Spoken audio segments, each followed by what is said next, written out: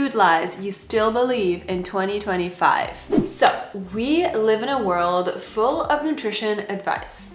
A lot of it is great. Some of it isn't. And even if we're starting to debunk a lot of nutrition facts, which is good, the 5 things I'm going to share today are still believed by a lot of people. So it's time to debunk them with science, of course. Lie number 1, plant-based meat alternatives are automatically unhealthy. So I hear this a ton as a vegetarian. People telling me that the plant-based meat alternative that I'm eating isn't as healthy because it's been super processed and that I would just be better off eating meat. Now, taking away all of the other reasons, like ethical, environmental reasons to not eat meat, if we're just focusing on health, that is still not true. Many of these products are processed, yes. However, just because a product is processed doesn't mean that it is automatically bad. Don't hesitate to watch my video I posted last week on ultra processed foods and their dangers, and then you can see the difference between processed and ultra processed. If you're eating whole grain pasta, if you're eating tofu, if you're eating yogurt, if you're eating frozen veggies, these are all processed foods, doesn't mean they are bad. So if you look at the science, what does it say? So there was this one study that reviewed randomized controlled trials where people would swap their meat for plant-based alternatives. And so the people who did the swap and who had the plant-based meat alternatives actually had a decrease in their total cholesterol by about 6%, a decrease in their LDL cholesterol, which is the unhealthy cholesterol, about 12%, and then a meta-analysis focusing on meat substitutes also showed similar findings with a decrease in total cholesterol and a decrease in LDL cholesterol. And this other study showed that replacing red meat or processed meat with plant-based alternatives improved a bunch of health outcomes for the population. It increased life expectancy, it reduced cardiovascular risk, and while most of these benefits were seen, like the biggest benefits, were seen by replacing meat with more whole plant-based foods like legumes, for instance, there was still a beneficial effect from replacing meat with meat substitutes. So another thing you have to keep in mind is what you're comparing these plant-based alternatives to. And in most cases, you're going to be comparing them to red meat or to processed meat. What they're really doing is benefiting people who want to eat a little bit more plant-based and remove a little bit of their meat. So if we're looking at that, then there's a bunch of reasons why these processed meat alternatives will be healthier. They don't contain cholesterol, unlike meat, which has a lot. They also contain much lower saturated fat, which is beneficial to reduce LDL. And they also have some benefits, some bonuses. They have added fiber compared to meat that has no fiber. And when it comes to certain nutrients like vitamin B12, for instance, or iron, or other things that you can find in meat and not in plant-based products naturally, they are often added to that. So, are these alternatives perfect? Of course not, but do you need to be afraid of them? No, you can completely include them in your diet, and that doesn't mean that you can't check the labels. You can make sure that there's not too much sodium added. You can make sure that the protein content is good enough. You can make sure that the B12 is in there if you're looking to get that in. You need to be aware, but again, they should not be immediately demonized like they are for a lot of people. Number 2, seed oils are inflammatory and toxic. This is a huge one. It's all over TikTok, all over social media in general. Seed oils are super toxic. You need to be careful and they are dangerous. You need to reduce them. Some people argue that the omega-6s are inflammatory compared to omega-3s that are anti-inflammatory, and that seed oils are very high in these omega-6 fatty acids. Also, that these seed oils are highly processed in ways that is not healthy, and so they should just be avoided. But the thing is, if you look at the science, if you're looking at actual outcomes, it's not showing that at all. There's this one meta-analysis that showed that if you replaced saturated fats by polyunsaturated fats that you found For instance, in seed oils, it would reduce LDL cholesterol, which is a risk factor for heart disease. And then another study showed that people who had higher blood levels of linoleic acid, which is an omega-6 fatty acid that you can find a lot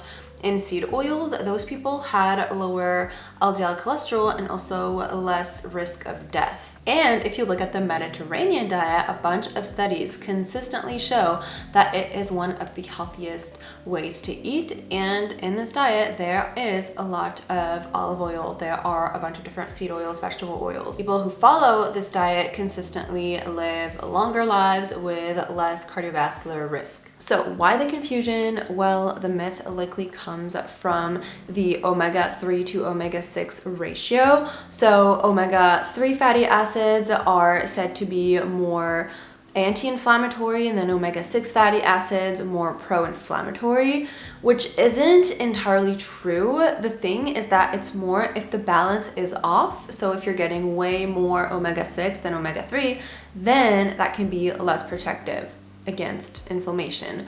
And the thing is that if you are eating a standard American diet, you are very easily getting in a bunch of omega-6 fatty acids because they're found in a bunch of processed foods. So it is important to know that and to try to keep that balance.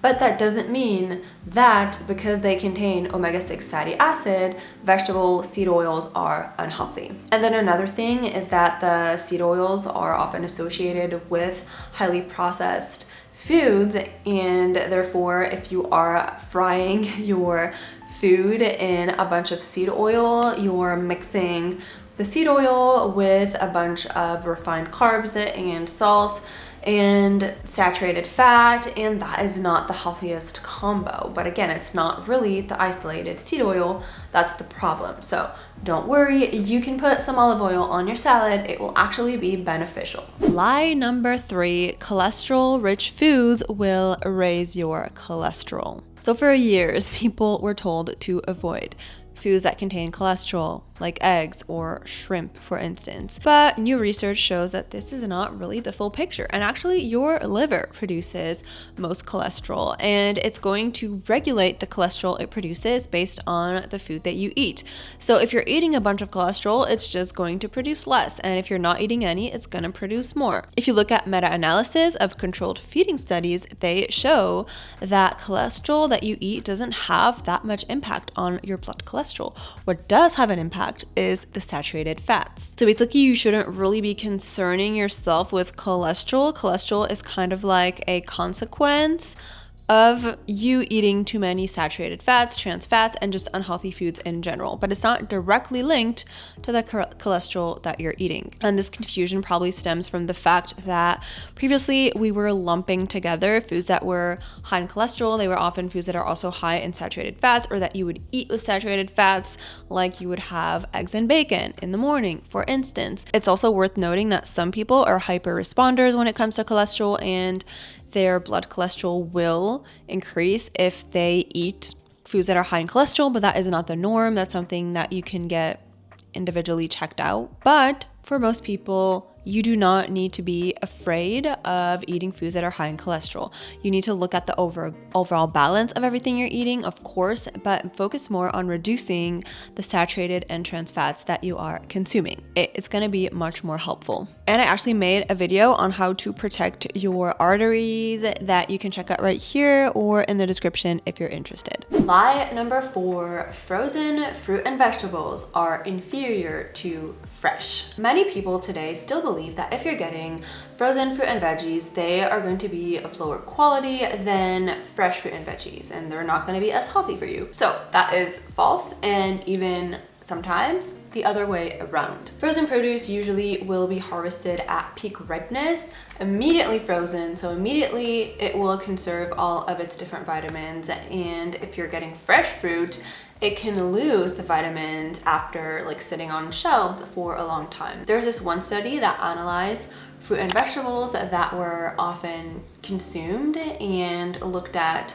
the differences in vitamins between fresh and frozen. And they didn't find any consistent differences between the two. And sometimes frozen produce even had higher vitamin levels than fresh. So it's definitely just a question of marketing that will tell you that fresh is better, and sometimes the taste can be better for sure. I'm not going to argue with that.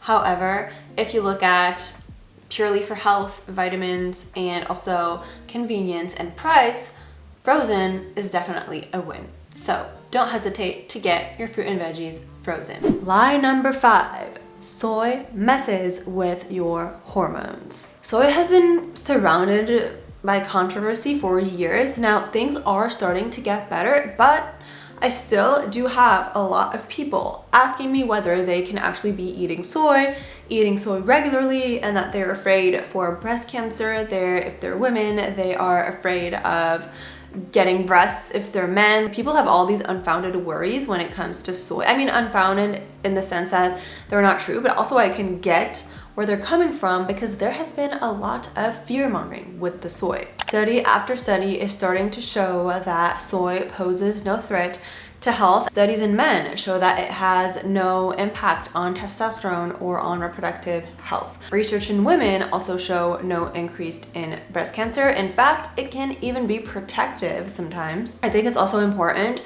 to note that this comes from the fact that soy contains isoflavones, which are phytoestrogens that can mimic estrogen, and so that's what people are afraid of. However, there are 2 receptors to which estrogen can bind to, and the receptor that antiflavones bind to is anti-proliferation. So there's really no risk in consuming soy or soy-based products. So that being said, there are a few caveats. Of course, if you have hypothyroidism, eating soy can influence the medication you're taking, so make sure to check. It's also a very common food allergen, of course, so if you're allergic, don't eat it. And also, in any case, you don't want to overdose on soy. You don't want to eat too much because the studies don't show what happens if you get past certain doses. But don't worry if you're eating 1, 2, or 3 servings of soy or soy-based products a day.